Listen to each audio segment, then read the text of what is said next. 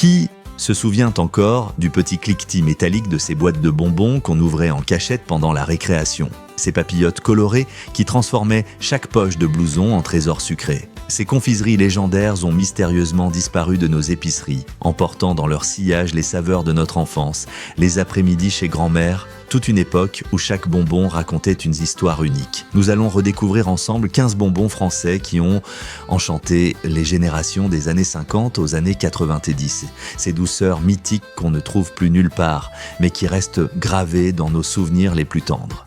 Les carambars aux blagues originales. Cette barre de caramel blonde enveloppée dans son papier jaune avec des blagues imprimées dessus, véritable institution française depuis 1954. Le papier épais qu'on dépliait religieusement pour découvrir une blague impossible, jeu de mots douteux qui faisait rire aux larmes dans les cours de récréation. Les instituteurs confisquaient ces carambars pendant les cours, mais on les retrouvait toujours dans nos poches à la sortie des classes. Le goût collant qui durait des heures, cette texture élastique qui se coinçait entre les dents, impossible d'oublier cette sensation unique. Les mamans râlaient quand on revenait avec les joues déformées par un carambar qu'on suçait depuis 1 heure. Les blagues originales étaient bien plus osées que celles d'aujourd'hui. Certaines frôlaient même le mauvais goût, mais on adorait ça. La recette moderne n'a plus rien à voir avec cette texture dense et ce goût authentique de caramel au lait qui définissait notre enfance. Les roudoudous authentiques. Impossible d'évoquer les roudoudous sans voir apparaître ces coquillages véritables remplis de sirop durci multicolore. Les marchands ambulants sur les plages normandes vendaient ces merveilles artisanales dans des paniers en osier. Chaque coquille était unique. Cette sensation incomparable de lécher le caramel directement dans la coquille naturelle, les lèvres qui collaient sur les bords nacrés. Rose bonbon, vert pomme, jaune citron, chaque couleur promettait une aventure gustative différente dans ces écrins marins. Les grand-mères bretonnes fabriquaient leurs propres roudoudous avec du sucre cuit versé bouillant dans les coquilles ramassées sur la plage. Les versions modernes en plastique n'ont jamais retrouvé cette magie primitive du coquillage authentique qu'on gardait précieusement après avoir fini le bonbon. Les cachous la jaunie première formule. La petite boîte métallique jaune qu'on entendait cliqueter dans le sac à main de maman, signe distinctif d'une époque révolue. Ces pastilles avaient noires, de réglisse pure qui parfumèrent la laine avec une intensité qu'aucun bonbon moderne n'égale aujourd'hui. Le goût puissant qui surprenait toujours la première fois, cette amertume végétale qui devenait addictive au fil des années. Les messieurs élégants gardaient toujours une boîte dans la poche intérieure de leur veston. Geste raffiné d'une France disparue. La boîte métallique servait ensuite à ranger des boutons, des épingles, 1000 petits lots de trésors qui prolongeaient la vie du cachou. Les pharmaciens recommandèrent ces pastilles pour la digestion, argument médical qui justifiait cette gourmandise quotidienne parfaitement assumée. Les Mistral gagnants. Ces sachets de poudre pétillante qu'on aspirait avec une paille de réglisse, explosion acidulée qui picotait délicieusement la langue. Le rituel consistait à déchirer délicatement le coin du sachet pour ne pas renverser la précieuse poudre colorée partout. Orange, citron, fraise, chaque couleur fluo promettait une déflagration gustative qui faisait grimacer de plaisir les enfants. La paille de réglisse qu'on mâchonnait ensuite pendant des heures, double plaisir qui justifiait les quelques centimes dépensés. Les concours idiots pour voir qui aspirait le plus fort sans tousser. Défis stupides qui se terminaient toujours en fou rire général. Renaud a immortalisé ce bonbon dans sa chanson mélancolique, mais peu se souviennent vraiment de cette sensation unique sur les papilles. Les cocoboères, ces petites boules roses de noix de coco confites dans leur boîte en carton illustrée de palmiers et d'îles paradisiaques. L'ouverture de la boîte libérait un parfum exotique entêtant qui transportait instantanément vers des contrées tropicales imaginaires. La texture croquante puis fondante de ces billes roses qui coloraient la langue, signature indélébile d'un après-midi gourmand. Les grand-mères antillaises en rapportaient de toujours dans leurs valises après les vacances au pays, cadeaux précieux qu'on se partageait religieusement. Le carton vide devenait une boîte à secrets où les petites filles rangèrent leurs trésors, prolongement poétique du voyage gustatif. La disparition progressive dans les années 90 a emporté avec elle tout un pan de l'exotisme populaire français. Les bonbons créma, caramel, mousse aux fruits enveloppés individuellement dans du papier cellophane qui crissait entre les doigts. La texture moelleuse qui collait aux dents mais fondait lentement, libérant des arômes fruités intenses et authentiques. Framboises, cassis, poires, abricots, chaque papillote colorée cachait une promesse de douceur fondante incomparable. Les marchands de bonbons au kilo remplissaient des sachets en papier craft de ces merveilles multicolores. Le dimanche après la messe, les parents achetaient un cornet de créma pour récompenser la patience des enfants sages. Les usines familiales qui les produisaient ont fermé une à une, incapables de résister à l'industrialisation massive du secteur. Les rochers Suchard originaux, le papier doré froissé qu'on dépliait précautionneusement pour découvrir ce dôme de chocolat parsemé de noisettes grillées. La recette originale de 1948 contenait du vrai chocolat suisse et des noisettes du Piémont italien. Cette première bouchée où le chocolat craquait sous la dent avant de libérer le croquant des noisettes torréfiées. Les boîtes hexagonales qu'on offrait pour les étrennes du 1er janvier. Tradition bourgeoise des familles aisées. Le chocolat fondait sur les doigts, en été, mais personne ne résistait à la tentation de croquer dedans malgré tout. La version moderne n'a gardé que le nom, le goût authentique s'est perdu dans les rachats successifs et les économies d'échelle. Les pchit orange et citron en pastilles. Déclinaison solide de la célèbre boisson gazeuse, ces pastilles effervescentes pétillaient directement sur la langue. Le tube en plastique transparent qu'on gardait dans la poche pour grignoter discrètement pendant les cours ennuyeux. L'explosion pétillante qui transformait la salive en limonade, sensation magique que les enfants adoraient partager. Les concours pour voir qui gardait le plus longtemps la pastille sans croquer, torture délicieuse qui testait la patience. L'effet rafraîchissant immédiat qui donnait l'impression de boire une vraie limonade, illusion parfaite pour tromper la soif. La production s'est arrêtée sans explication dans les années 80, mystère commercial jamais vraiment élucidé. Les négus de Nevers traditionnels. Caramel dur au chocolat enrobé dans du papier cristal multicolore, spécialité nivernaise depuis le 19e siècle. Le craquement sous la dent révélait un cœur fondant au café ou au chocolat noir, surprise gustative toujours renouvelée. Les confiseurs de Nevers perpétuaient cette tradition séculaire avec des méthodes artisanales transmises de père en fils.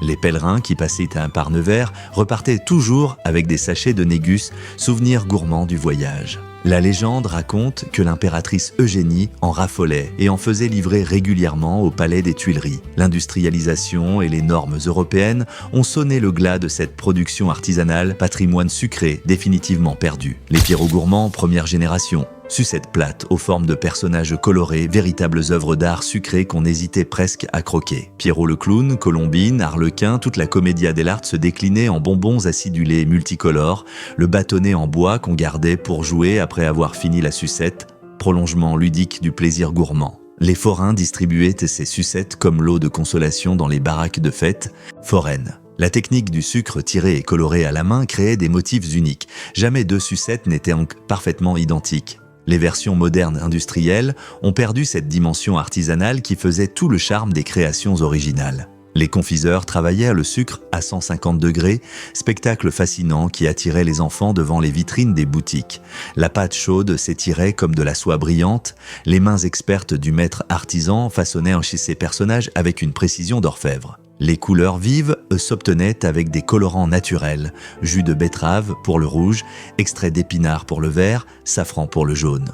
Le prix modique de 20 centimes permettait même aux enfants les plus modestes de s'offrir ces petits luxes sucrés. Les mamans conservaient précieusement les sucettes dans le buffet de la salle à manger, récompense suprême pour les bonnes notes. L'usine historique de Montpellier, qui les fabriquait depuis 1860, a fermé ses portes en 1995, emportant avec elle 130 ans de tradition. Les collectionneurs s'arrachent aujourd'hui les moules originaux en bronze qui servaient à façonner ces merveilles disparues. Les pastilles Svalda, formule originale, cette boîte métallique verte qu'on trouvait dans toutes les pharmacies, remède miracle contre les maux de gorge hivernaux. L'eucalyptus et le menthol qui dégageaient instantanément les voies respiratoires, sensation de fraîcheur intense, presque douloureuse. Les institutrices en gardaient toujours une boîte dans leur bureau pour les élèves enrhumés. La formule originale contenait des huiles essentielles naturelles bien plus concentrées que les versions édulcorées actuelles. Les montagnards emportaient systématiquement une boîte de Valda dans leur sac, protection contre le froid et l'altitude. Le rachat par des groupes pharmaceutiques a progressivement dénaturé la recette ancestrale au profit de formules standardisées. Henri Canon créa ses pastilles en 1904 dans son laboratoire parisien de la rue Réaumur. La composition exacte restait un secret jalousement gardé, transmis uniquement aux pharmaciens de confiance qui les fabriquaient. Les ouvriers des usines métallurgiques en consommaient des quantités phénoménales pour supporter les vapeurs toxiques des ateliers. Le slogan publicitaire proclamait fièrement que les Valda soignaient la toux, le rhume et les bronches fragiles. Les chanteurs d'opéra ne juraient que par ces pastilles miraculeuses avant de monter sur scène, protection ultime des cordes vocales. La boîte métallique émettait ce tintement caractéristique dans les poches, musique familière des hivers français. Durant l'occupation, les résistants utilisaient les boîtes vides pour transporter des messages codés, camouflage parfait que les Allemands ne soupçonnaient jamais. Les grands-pères offraient religieusement une pastille aux petits-enfants enrhumés, geste d'amour transmis de génération en génération, les bonbons la pie, qui chantent. Bonbons, durs avec un cœur liquide qui explosait en bouche, surprise sucrée qui enchantait les papilles enfantines. La marque populaire proposait des saveurs audacieuses pour l'époque, menthe chocolat, anis réglisse, orange cannelle. L'emballage avec la pie joyeuse qui chantait sur sa branche, image iconique gravée dans les mémoires. Les distributeurs automatiques dans les gares proposaient chips et bonbons pour quelques francs. Tentation irrésistible des voyageurs. Le liquide qui coulait parfois prématurément créait des catastrophes vestimentaires mémorables mais rapidement pardonnées. La complexité de fabrication et les coûts de production ont condamné ces merveilles technologiques à disparaître progressivement. L'usine de Périgueux employait 200 ouvriers spécialisés dans cette fabrication délicate, qui nécessitait un timing parfait. Le sucre cuit devait atteindre exactement 142 degrés avant l'injection du sirop liquide au centre. Les machines importées d'Allemagne dans les années 60 représentaient un investissement colossal pour l'époque. La publicité radiophonique, avec sa ritournelle entêtante,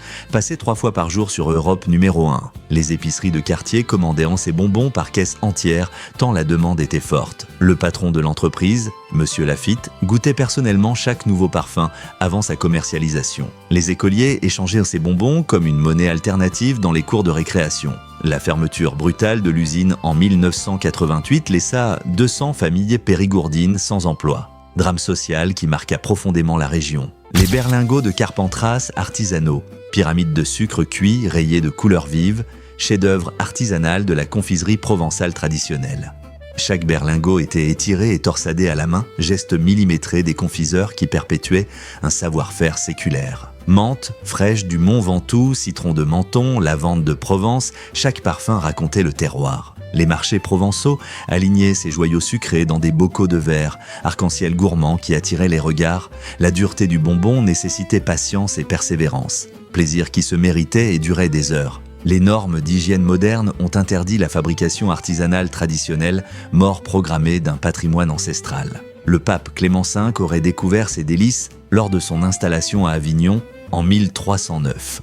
La recette originale se transmettait uniquement de maître à apprenti après 7 années de formation rigoureuse. Les confiseurs se levaient à 4 heures du matin pour préparer la pâte qui devait reposer exactement 3 heures. La fête du berlingot rassemblait chaque juillet des milliers de gourmands venus de toute la France. Les Japonais raffolaient particulièrement de ces bonbons et commandaient des cargaisons entières pour Tokyo. Le musée du berlingot conservait les outils ancestraux, pinces en cuivre, marbre de refroidissement, thermomètres à mercure. Les enfants du comtat venessin apprenaient à l'école primaire l'histoire de cette spécialité locale. L'interdiction européenne de 1998 concernant la vente de produits non emballés individuellement porta le coup de grâce à cette tradition millénaire. Les violettes de Toulouse cristallisées anciennes, véritables fleurs de violettes trempées dans du sucre cristallisé, délicatesse florale qui fondait délicatement sur la langue. Les confiseurs toulousains cueillaient les violettes à l'aube pour préserver leur parfum délicat et leur couleur intense. Le processus de cristallisation durait plusieurs jours, alchimie patiente qui transformait la fleur en bijoux comestibles. Les dames élégantes en gardaient dans leur réticule pour parfumer leur haleine lors des réceptions mondaines. Les boîtes métalliques décorées de violettes peintes devenaient des écrins à bijoux une fois les bonbons terminés. L'urbanisation et la disparition des champs de violettes ont anéanti cette tradition séculaire toulousaine. Les violettes poussaient naturellement sur les coteaux de la Lande et de Saint-Jory, terroir unique au monde pour cette culture délicate.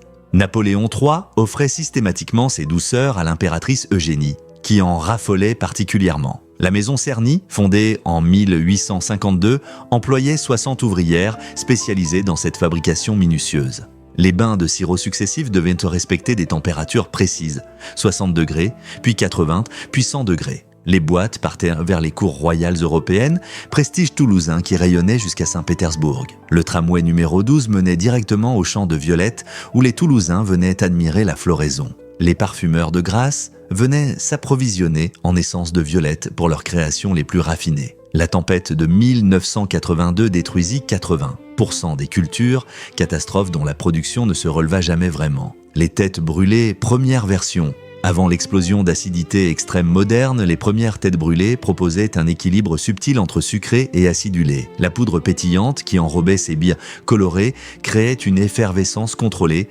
plaisir intense mais supportable. Les langues colorées qu'on se montrait fièrement après avoir sucé une tête brûlée, badge d'honneur de la récréation. Les versions originales contenaient des arômes naturels de fruits qui tempéraient tant l'acidité, harmonie gustative aujourd'hui disparue. Les bonbonnières des bureaux de tabac alignaient ces sachets multicolores qui attiraient irrésistiblement les enfants. La course à l'acidité extrême des années 2000 a dénaturé complètement le concept original, perversion commerciale du plaisir enfantin. Quel bonbon disparu fait remonter vos souvenirs les plus doux parmi ces 15 merveilles oubliées? Partagez en commentaire le nom de votre confiserie préférée pour enrichir ce voyage sucré dans notre mémoire collective. N'hésitez pas à liker si ces saveurs perdues ont réveillé des émotions enfouies depuis des décennies. Abonnez-vous pour continuer à explorer les trésors cachés de notre patrimoine gourmand français.